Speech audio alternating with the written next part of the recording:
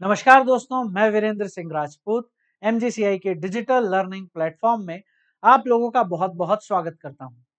तो दोस्तों, आज हम लोग फिजिक्स के एक चैप्टर रोटेशनल मोशन यानी घूर्णन गति के थर्ड वीडियो लेक्चर को लेकर के आए हैं।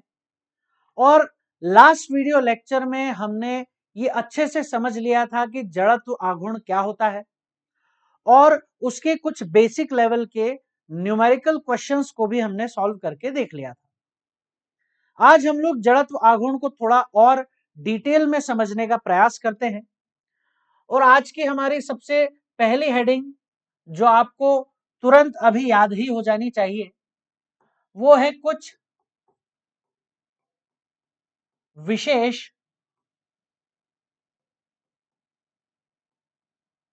आकृतियों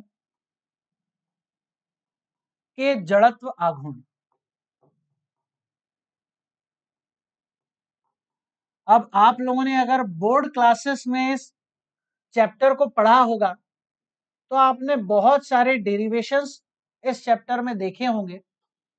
अब वो सारे डेरिवेशंस तो हमें नहीं याद करने, ठीक है, लेकिन उन डेरिवेशन से जो रिजल्ट हमारे पास आता है, फाइनल रिजल्ट, वो हमारे लिए याद रखना बहुत ज्यादा जरूरी है। क्योंकि एग्जाम में जब सवाल आता है तो सीधे हम उन रिजल्ट्स को ही रख देते हैं और उसमें मान रख करके सीधे सीधे आंसर निकाल लेते हैं। क्वेश्चंस मतलब बहुत ही इजीली आप सॉल्व कर पाएंगे अगर आप इन विशेष आकृतियों का जड़त्व आघूर्ण याद रखें। सबसे पहले आप समझे, ये एक रिंग है बेटा। हिंदी में रिंग को वलय कहते हैं। आप इसे चूड़ी की जो आकृति होती है, जो कड़े की आकृति होती है, या जो अंगूठियों की आकृति होती है, उस आकृति से समझ सकते हैं कि बीच में यह जगह खाली है। इस वलय का अगर आप बेटा जड़त्व आघूर्ण निकालते हैं तो आपके पास आता है I बराबर mr²। अब सर ये m क्या, r क्या और स्क्वायर क्या? तो बेटा m तो आपको पता है, इस रिंग का द्रव्यमान m होगा, इस रिंग की जो त्रिज्या है ये r होगी। तो बहुत बेसिक से चिन्ह है, ये आपको याद होने ही चाहिए। इसी प्रकार से आप एक दूसरी आकृति को देखिए, बिल्कुल इसी प्रकार की आकृति है। वो है सर ये खोखला बेलन। ये खोखला बेलन है।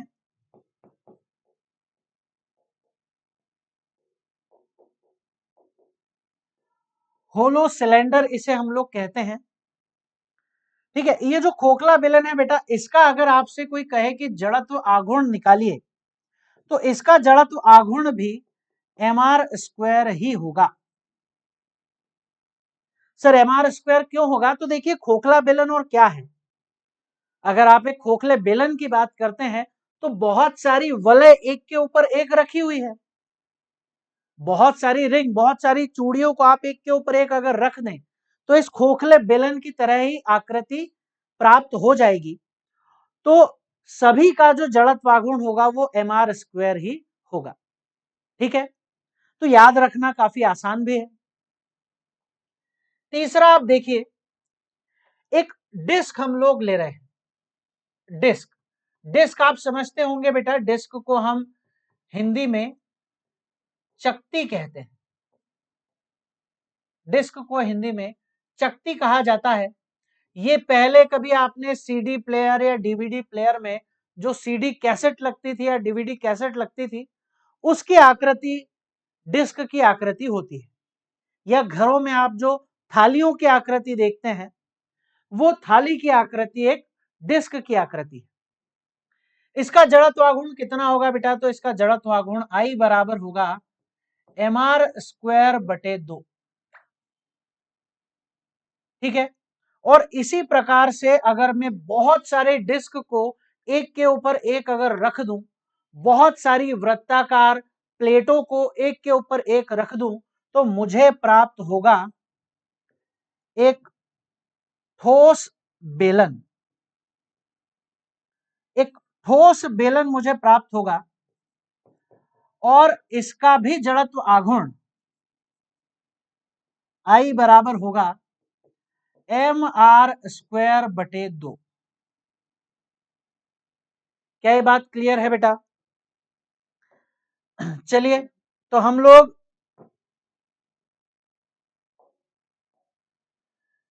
आगे बढ़ते हैं बेटा, इसी को और समझने का प्रयास करते हैं। थोड़ा सा आगे बढ़ते हैं और इसको थोड़ा और समझने का प्रयास करते हैं। ये 4 आकृतियां हो गई है, 5वीं आकृति की चर्चा करें। तो सर ये है खोखला गोला।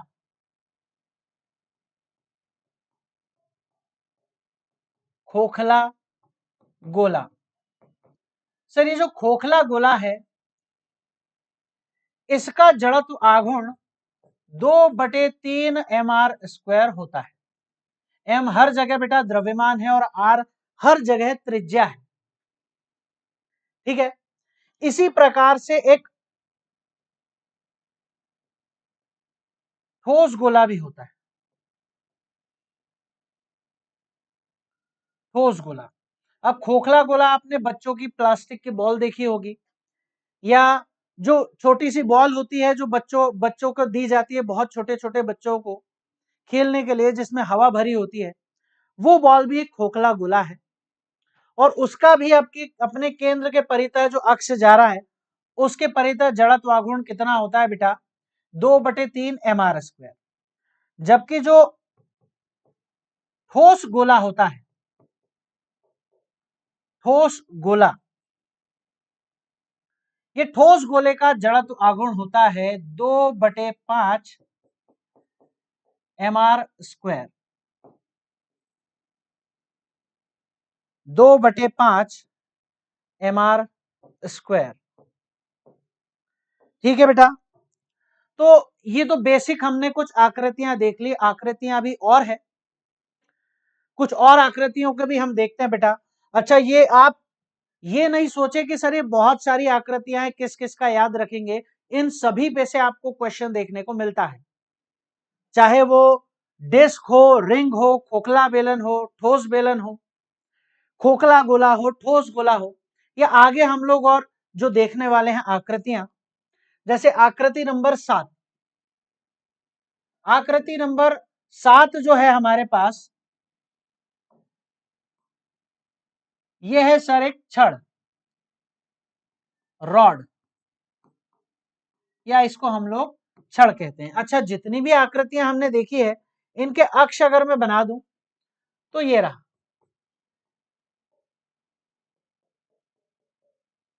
ये लंबवत अक्ष।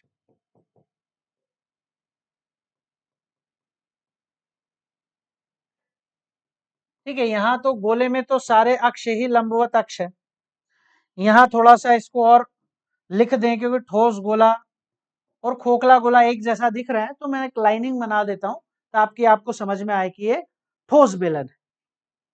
ठीक है, यहां भी अक्ष हम बनाए तो ये रहा सर अक्ष।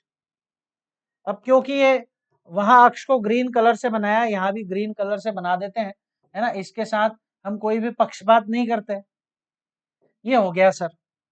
अब यहां तो सर त्रिज्या जैसी कोई चीज होगी नहीं, द्रव्यमान होगा और इस छड़ की लंबाई होगी L। तो इसका जड़त्व आघूर्ण बेटा इस केंद्र से होकर जाने वाले लंबवत अक्ष के परितः कितना होगा? तो I बराबर होगा बेटा ml²/12। ml²/12। 8वीं आकृति इसी प्रकार की है, बस उसमें हम एक छड़ के स्थान पर, हमने इसमें एक आयत ले लिया है जिसकी एक भुजा A है और दूसरी भुजा B है। आप L और B भी ले सकते हो, लंबाई और चौड़ाई, लेंथ इनटू ब्रेड, या फिर आप ये भी ले सकते हो जो हमने लिख दिया है A और B, और यही ज्यादा बेटर है।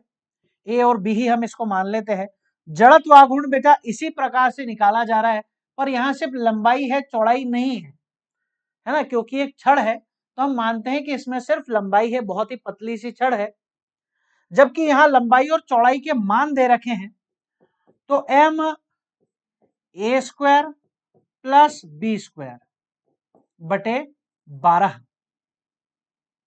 ये हो गया सर इनका जड़त्व आघूर्ण।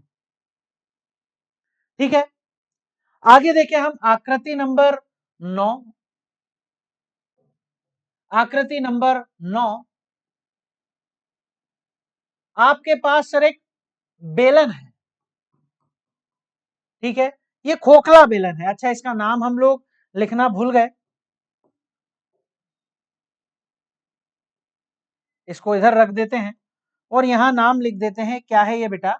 ये आयत या आयताकार प्लेट। ठीक है, यहां हम देख रहे हैं सर ये क्या है, तो ये एक खोखला शंकु है। ठीक है, खोखला शंकु जो है बेटा, इसकी भी आकृति अगर आप देखें तो ये डिस्क ही है। एक डिस्क के ही कई सारे टुकड़े को पकड़ करके ऊपर की ओर खींच दिया गया है। ठीक है, तो क्या बन गया है? वो बन गया है खोखला शंकु। और सर डिस्क, ये रही डिस्क चकती, तो इसके कई सारे छोटे छोटे सर्कुलर पार्ट कर दिए और पकड़ करके ऊपर खींच लिया, तो आपको खोखला शंकु प्राप्त हो जाएगा। इसका जो जड़त्व आघूर्ण होगा ये होगा mr स्क्वायर बटे 2, जो कि चकती का था। ठीक है, सवाल नंबर 10 की ओर बढ़ते हैं बेटा। 10वीं आकृति हमारी ठोस शंकु है। ठोस शंकु,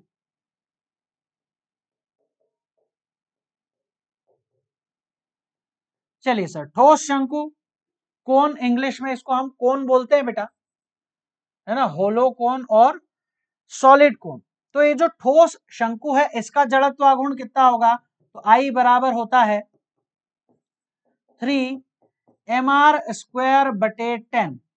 मुख्य 10 तरह की आकृतियां हैं, विशेष आकृतियां हैं। कम से कम आपको ये 10 आकृतियों के बारे में जानकारी होनी चाहिए। ठीक है, द्रव्यमान केंद्र भी हम लोग पहले से ही याद कर चुके हैं, वैसे ही इनके जड़त्व आघूर्ण भी आप याद कर लीजिए, काफी हमको आगे हेल्प मिलने वाली है इसकी। ठीक है, डायरेक्टली अलग अलग शेप्स दे करके आपसे कुल जड़त्व आघूर्ण पूछा जाता है, ऐसे क्वेश्चन भी हम आगे करेंगे। पर फिलहाल हम समझ लेते हैं कि सर जड़त्व आघूर्ण के कुछ इंपॉर्टेंट सूत्र कौन कौन से हैं। क्लियर है ये? चलिए, अब जबकि हमने सर जड़त्व आघूर्ण के कुछ सूत्र देख लिए हैं और इन्हें हम याद करना चाहते हैं, तो कुछ क्वेश्चंस हम लोग प्रैक्टिस करते हैं। पर क्वेश्चन प्रैक्टिस करने के लिए देखिए क्या क्वेश्चंस आ सकते हैं। जनरली तो यही आ जाता है कि आपको एक, हमने 5 किलोग्राम द्रव्यमान का एक गोला दे दिया है सर, जिसकी त्रिज्या 2 मीटर है। आपको ये बताना है कि इसके केंद्र से होकर जाने वाले अक्ष के परितः जड़त्व आघूर्ण कितना है। सवाल में कहा गया है कि एक गोला है। अब सर गोला तो हम ये नहीं कहा है कि ठोस गोला है कि खोखला गोला है। तो बेटा अगर खोखला गोला होगा तो सवाल में साफ साफ लिखा होगा कि एक खोखला गोला है या गोलीय कोश है। अगर सिर्फ गोला लिखा है, इसका मतलब कि आपको समझ लेना है कि ये जो गोला है ये एक ठोस गोला है। और ठोस गोले का जड़त्व आघूर्ण कितना आता है बेटा? 2/5 mr स्क्वायर, ये सूत्र है। इस सूत्र में चलिए मान रख देते हैं बेटा हम लोग। I बराबर लिखा 2/5, m जो है हमारे पास द्रव्यमान वो 5 किलोग्राम है, और r का जो मान है बेटा वो 2 है, तो 2 का स्क्वायर। सर ये 5 से 5 कट जाएगा और 2 इंटू 2 इंटू 2, तो कितना आ जाएगा? I बराबर 8 किलोग्राम मीटर स्क्वायर। ये जड़त्वाघूर्ण आ गया सर, बड़ा ही सिंपल है, बहुत ही सिंपल हो गया है। तो और भी कुछ आकृतियां हो सकती है, बिल्कुल बेटा, कोई भी आकृति आपको दी जा सकती है और उसका जड़त्व आघूर्ण आपसे पूछा जा सकता है। जितनी भी आकृतियां हमने यहां पर ली है, किसी का भी द्रव्यमान और त्रिज्या देकर आपसे जड़त्वाघूर्ण पूछ ले, या फिर आपको त्रिज्या और जड़त्वाघूर्ण देके द्रव्यमान पूछ ले, कोई भी सवाल ऐसा फॉर्मूला बेस्ड बन सकता है। आज हम लोग आगे और क्या चर्चा करेंगे सर? क्या ये पूरे वीडियो में सिर्फ सूत्र ही हम लोग देखने वाले थे? तो नहीं बेटा, आज हम लोग एक और इंपॉर्टेंट टॉपिक को सीखने वाले हैं, जिस टॉपिक का नाम है समांतर अक्ष प्रमेय।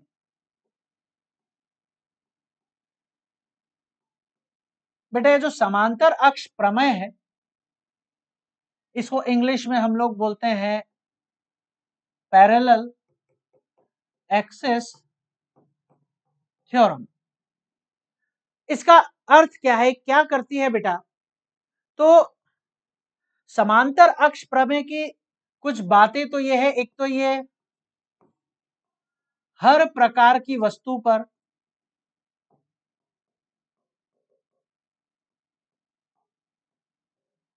लगा सकते हैं। ठीक है, अब हर प्रकार की वस्तु का अर्थ क्या है बेटा?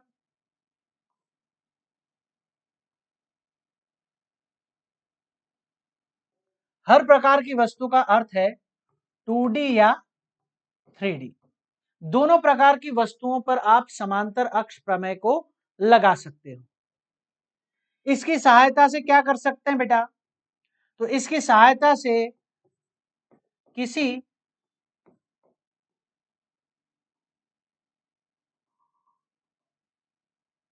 द्रव्यमान केंद्र के समांतर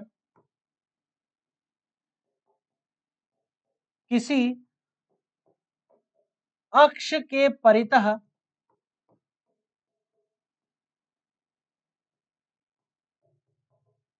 जड़त्व आघूर्ण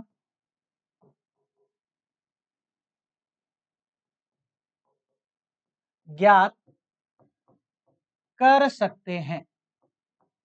पहले इनका अर्थ समझे हम, फिर वो जो कुछ विशेष आकृतियों के सूत्र हमने देखे थे, याद किए थे, अब उन्हें हम लोग उपयोग में लाएंगे, इस प्रमेय को लगा करके उन आकृतियों में देखेंगे।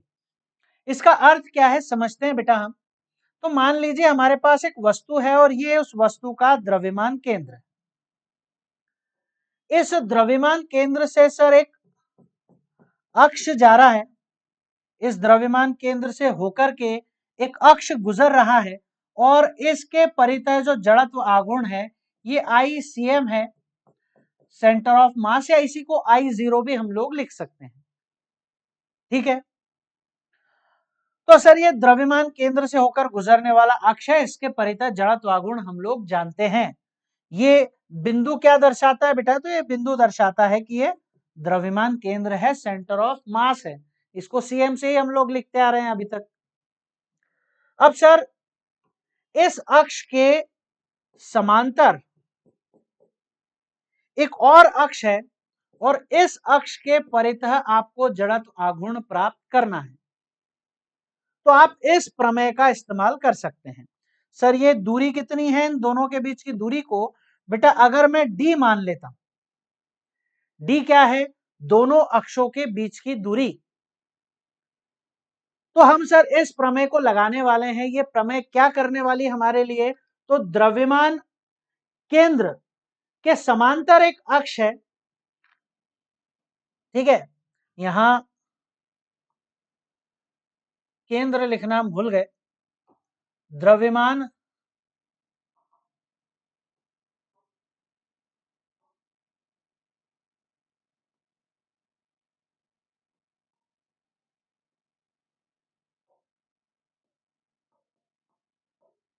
केंद्र के समांतर एक अक्ष है सर, ये द्रव्यमान केंद्र से होकर जाने वाला अक्ष है, और इसके समांतर एक अक्ष है।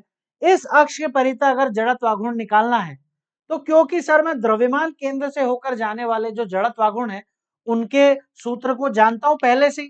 सर ये द्रव्यमान केंद्र है, ये द्रव्यमान केंद्र है, ये द्रव्यमान केंद्र है, सारे जो सूत्र हमने अभी तक लिखे हैं द्रव्यमान केंद्र से ही तो होकर जा रहा है अक्ष। ठीक है, यहां जैसे अक्ष आपको दिखाई दे रहा होगा, ये रहा सर अक्ष, ये रहा सर अक्ष, द्रव्यमान केंद्र यहीं किसी बिंदु पर है। ठीक है, तो द्रव्यमान केंद्र से जो अक्ष जा रहा है सर, उसका जड़त्व आघूर्ण तो मुझे पता है, लेकिन उसके समांतर कुछ d दूरी पे अगर एक अक्ष है और वहां से मुझे जड़त्व आघूर्ण निकालना है, तो मेरे पास एक बहुत बढ़िया सूत्र है सर, I बराबर I0 प्लस md²। ये सिंपल सा सूत्र है। आपको सिर्फ ICM या I0 तो आपको पता ही है, इस पिंड का द्रव्यमान भी आप लोग जानते हैं, केवल ये दूरी अगर आप इस सूत्र में रख दें तो आपको I का मान प्राप्त हो जाएगा। चलिए सर, इसको अप्लाई करके देखते हैं, किसी एक आकृति में हम लगा करके देखते हैं तो आपको समझ में आएगा। तो सबसे पहला प्रश्न हम ले लेते हैं, एक वलय के लिए ही ले लेते हैं। चलिए, अब आपसे कहा जा रहा है सर, ये वलय है जिसका द्रव्यमान m है और इसकी त्रिज्या r है। ठीक है, आपको सर इसकी परिधि को छूते हुए इस वलय के लंबवत एक अक्ष है, इस अक्ष के परितः जड़त्व आघूर्ण ज्ञात करना है। ठीक है, अब आप कैसे करेंगे? तो सर पहली बात तो दिमाग में ये आएगा, क्योंकि सर हमको एक चीज ऑलरेडी पता है, एक चीज ऑलरेडी पता है। क्या पता है सर? कि यहां केंद्र से सर एक द्रव्यमान केंद्र से होकर एक अक्ष जाता है जिसके परितः जड़त्व आघूर्ण mr² होता है, क्योंकि ये वलय है, रिंग है। ठीक है, यहां लिख भी देता हूं मैं, सवाल में लिखा होता है कि ये क्या है, रिंग है, एक वलय है। तो सर यहां हमें पता है, लेकिन यहां पता करना है, तो ये एक दूसरे के समांतर है सर। मैं सूत्र लिखने वाला हूं, I बराबर I0 प्लस md²। ये हो गया सर। I का मान प्राप्त करने के लिए I0 का मान चाहिए, जो कि mr² होता है, हमको पहले से पता है। m ले लिया मैंने, और ये दूरी कितनी है, दोनों अक्षों के बीच की दूरी, तो ये भी हम लोगों ने देख लिया सर, ये त्रिज्या के ही बराबर है r। तो यहां भी क्या आ जाएगा, mr²। तो I जो जड़त्व आघूर्ण हो जाएगा बेटा, ये हो जाएगा 2mr²। क्या ये बात समझ में आ गई बेटा? चलिए एक और उदाहरण इसका लेकर के देखते हैं हम। आप एक चकती लेकर के देख लें। चलिए चकती भी लेकर के देख लेते हैं, और इस बार आपसे कहा जा रहा है कि सर इस अक्ष के परितः आपको जड़त्व आघूर्ण निकालना है, जो कि यहां परिधि से r दूरी पर है। यहां पर आपको जड़त्व आघूर्ण का मान ज्ञात करना है इस अक्ष के परितः। ठीक है, तो अब कैसे हम लोग ये जड़त्व आघूर्ण ज्ञात करेंगे? अच्छा, सवाल में लिखा होगा कि आपके पास एक ये डिस्क है, या इसे हम हिंदी में क्या कहते हैं, चकती कहते हैं। कैसे निकाले सर? तो ये तो हमको पता है सर, सवाल देख के, कि हाँ ये चकती के केंद्र से होकर, द्रव्यमान केंद्र से होकर जो अक्ष जाता है उसके परितः जड़त्व आघूर्ण कितना होता है? बताइए कितना होता है? आपको तो याद होगा अभी तक, है ना, आपको याद होगा कि सर ये होता है mr²/2। ठीक है, तो हम लोग रख देते हैं, पहले सूत्र लिखते हैं, I बराबर I0 प्लस md²। ध्यान से देखिए, I बराबर I0 क्या है बेटा? द्रव्यमान केंद्र से होकर जाने वाले अक्ष के आसपास जड़त्व आघूर्ण, जो कि हम जानते हैं कितना होता है, mr²/2 प्लस सर द्रव्यमान m, और दूसरा सर ये d दूरी पता करनी है। तो ये दूरी देखो, ये दूरी है r दूरी, तो ये और r दूरी, ये तो टोटल दूरी 2r हो गई। तो यहां पर जो d हम लिखेंगे वो होगा 2r का स्क्वायर। कितना हो जाएगा बेटा? आगे देखें, mr²/2 प्लस 2 का वर्ग होता है 4 mr²। आप एलसीएम लेकर के हल कर लें अगर इसे, तो एलसीएम आ जाएगा 2, 1 का इधर मल्टीप्लाई mr² प्लस 2 का इधर मल्टीप्लाई 8 mr², यानी आई का जो मान है ये आ जाएगा 9 mr²/2। क्या ये बात समझ में आ रही है बेटा? तो बड़ा ही सिंपल सा कॉन्सेप्ट है। किसी एक अक्ष के परितः आपको जड़त्व आघूर्ण अगर पता है तो दूसरे अक्ष के परितः जड़त्व आघूर्ण निकाल सकते हैं। शर्त यह है कि दोनों अक्ष एक दूसरे के समांतर होने चाहिए। ठीक है, इसीलिए इसे हम क्या कहते हैं? समांतर अक्ष प्रमेय। अब आप हर एक वस्तु पर इसको लगा करके देख सकते हैं। एक सवाल आपको मैं होमवर्क में दे देता हूं कि मान लीजिए आपके पास सर ये गोला है, और कौन सा गोला है सर? ये ठोस गोला है, स्फीयर है, ठोस गोला है। और ठोस गोले की परिधि से, ठोस गोले की परिधि से 2r दूरी पर एक अक्ष है। इस अक्ष के परितः आपको जड़त्व आघूर्ण ज्ञात करना है। ठीक है, तो इसको आपको सॉल्व करना है होमवर्क में। खुद से आप सॉल्व करेंगे तो थोड़ा सा आपका कॉन्फिडेंस बूस्ट होगा। एक लास्ट सवाल बेटा, ये क्वेश्चन तो आप होमवर्क में कर ही लेंगे, सेम टू सेम है। एक लास्ट सवाल मैं मेरी तरफ से आपको करा देता हूं समांतर अक्ष प्रमेय का। इसमें आप जानते हैं सर, आपके पास एक छड़ है, इसकी सिर्फ लंबाई है, द्रव्यमान है और लंबाई एल है ना। इसकी चौड़ाई मेंशन नहीं है तो हम मानेंगे कि इसमें सिर्फ लंबाई है।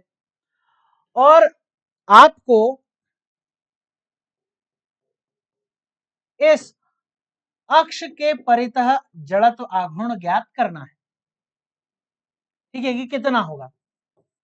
अब ये कोई बहुत मुश्किल सवाल तो नहीं है। सबसे पहले आपको क्या करना होगा? आपको वो जड़त्व आघूर्ण लिखना होगा जो आप जानते हैं।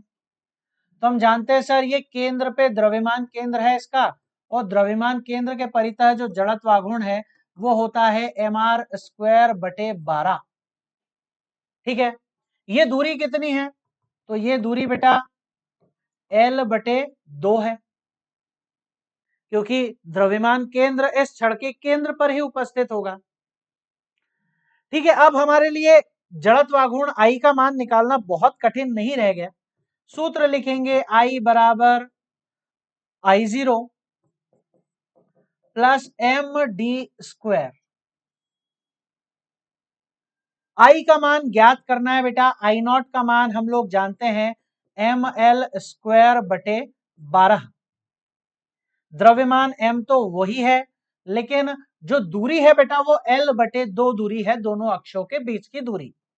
तो यहां लिख लेंगे l/2 का वर्ग। सॉल्व कर लेते हैं। I बराबर सर ml²/12 प्लस ml²/4। दोनों का सर लघुत्तम ले लेंगे, 12 और 4 का तो 12 ही आएगा। 12/12 1 और 1 का ऊपर गुणा किया तो ml² प्लस 12/4 3 और 3 का ऊपर गुणा किया तो 3 ml²। ठीक है, जड़त्व आघूर्ण I बराबर कितना हो जाएगा? ml² और 3 ml² मतलब 4 ml²/12। और आप 4 से इसे अगर कैंसल आउट कर दें, 4 से एक बार, 4 से 3 बार, तो आपको जड़त्व आघूर्ण मिल जाएगा ml²/3। ठीक है बेटा, तो ये जरूर से बेटा आप सॉल्व करके देखें। ये मेरी तरफ से एक लास्ट क्वेश्चन मैंने आपको प्रैक्टिस करा दिया। बाकी आप हर एक अक्ष को लेकर के देख सकते हैं, हर एक आकृतियों पे समांतर अक्ष प्रमेय को लगा करके देख सकते हैं। खोखले बेलन में यहाँ mr² है, तो इधर कितना होगा? यहाँ से r दूरी पे कितना होगा? 2r दूरी पे कितना होगा? ऐसे ही ठोस बेलन में, ठोस गोले में, खोखले गोले में, चकती में सब में आप ये प्रमेय लगा करके देख सकते हैं। क्या ये बात आपको समझ में आ गई बेटा? तो जरूर से खुद से सारे क्वेश्चंस को प्रैक्टिस करें। तो अगले लेक्चर में, अगले वीडियो लेक्चर में हम लोग लंबवत अक्ष प्रमेय या लंब अक्ष प्रमेय पढ़ेंगे, वो भी जड़त्वाघूर्ण से संबंधित ही होगी।